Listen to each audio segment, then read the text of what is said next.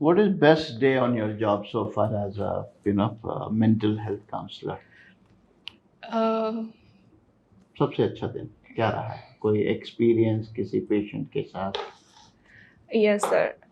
There was a woman, and she came for counseling, and she first on the very first day she asked me कि she don't have a time and she is daily wage laborer and all.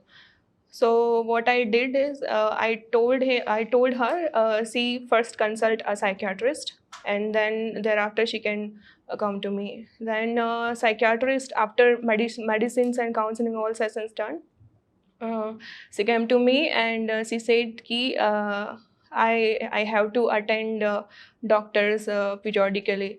So I went to the doctor and I requested him ki if I can go at her home and I do counseling as per your instructions. So doctor allowed me, and doctor used to instruct me, and I used to do accordingly by visiting her home for a few minutes. So in that way, she gave me her blessings, and she's like, "May God bless you and give you everything." So that was the best day. And what was most threatening day on the job? I would say, sir, it was during my COVID duty, sir. Okay.